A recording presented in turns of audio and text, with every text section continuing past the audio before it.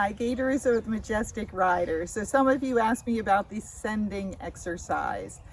The sending exercise is when you send the horse past you and you turn them and you send them the other way. You'll probably see lots of trainers use this exercise. And what it's helpful for is to get your horse's attention.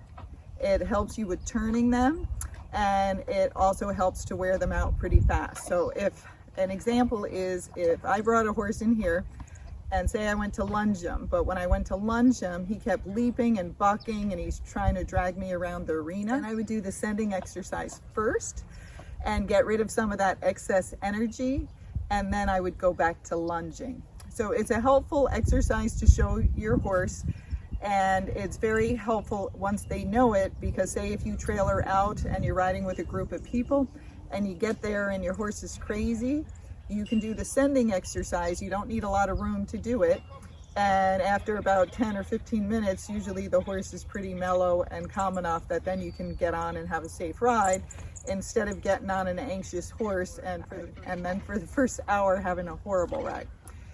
So I already taught her how to move her hindquarters, so she knows if I look at her hindquarters to turn, but they have to know how to turn their hindquarters first before you do this exercise. It's very helpful. So when I mean turn her hindquarters, what I'm doing is standing about a foot from her. I'm going to wave my stick at her and have her disengage her hindquarters. And then I'm going to do it the other way. So you want to make sure they know how to do that both directions before you try this exercise. Otherwise the exercise is going to be really hard if they don't know that. All right, so we're going to show you it slow and then we'll go a little faster. But when they're hyper and crazy, you're going to do it, they're going to be pretty fast, and you might have to yank pretty hard to get them to turn in the beginning, to get their attention, and then they'll get better and better as you're doing it and calming down. Sorry, I forgot to say this. It's also much easier to do with a short stick versus a big lunging whip.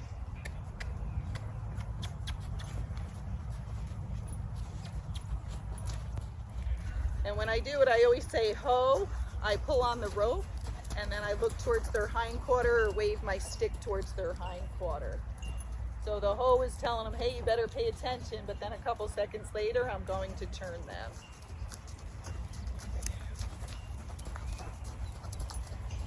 So I'm going to shorten up, pull on the rope, and ho. So she knows right after this I'm going to go the other way, so she's already starting to go. But remember, I say ho first, you shorten up on the rope, pull on it, and then look towards their hindquarter, then send them off the other direction. Ho. Yep, if they keep going, you just wiggle the rope. So I'm sending her back and forth. Ho.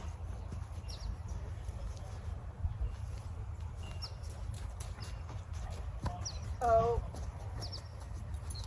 then you block them with the stick so they can't keep going that direction. Ho. So remember, say ho, pull on the rope, turn their head towards you, look at their butt so they swing their butt away. Then aim your stick at the corner of their neck. Ho.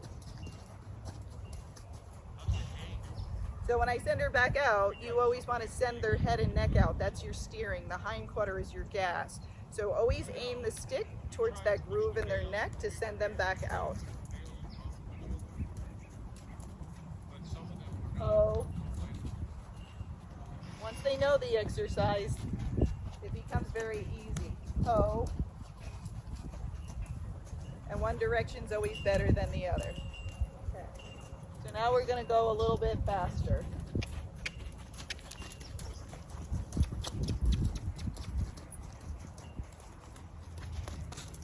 Because of course they're going to be going faster if they're hyper or anxious.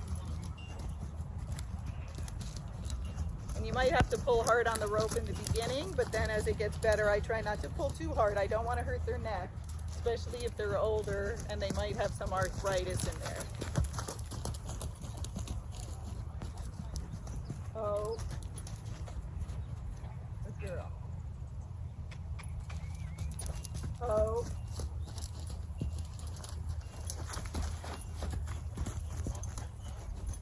Oh. Ho. Good girl. Now, I didn't do anything, she just threw her head. Ho. Because she was expecting me to yank on it, but I didn't. Ho. So you'll see just as soon as I move, she knows what to do now. Ho. Because she's reading my body language. Ho. Ho. Not that time, huh? Ho. That's okay, that'll happen. Ho.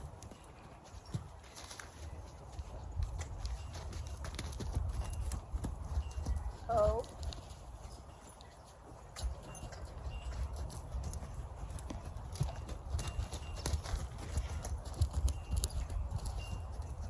Ho.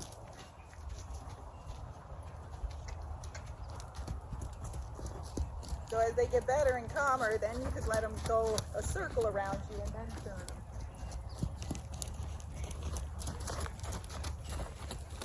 Ho. So when you're doing the exercise, the things the horse should know ahead of time is I always teach them that when I wiggle the rope, they're supposed to back up. So if I wiggle, good girl. That way when she gets out there, if she gets too fast or she's not paying attention, if I wiggle the rope, she'll slow down or at least look at me. Then of course, they should follow pressure. So when you pull on the rope, they should turn towards you. And I teach them to move their hindquarters when I'm looking at them or wave the stick at them. So then when I start doing the exercise, they just have to put the pieces together, which can take them a little bit. So it might be kind of a disaster in the beginning, but then it'll get better. Practice it slow. Make sure you can do it slow before you speed them up. Practice it at home before you try doing it anywhere else, like, you know, the trailer parking lot. So they have to know it or it will not work. Otherwise, if you try this at the trailer parking lot, you've never done it before, they'll probably just run away with the rope attached to them.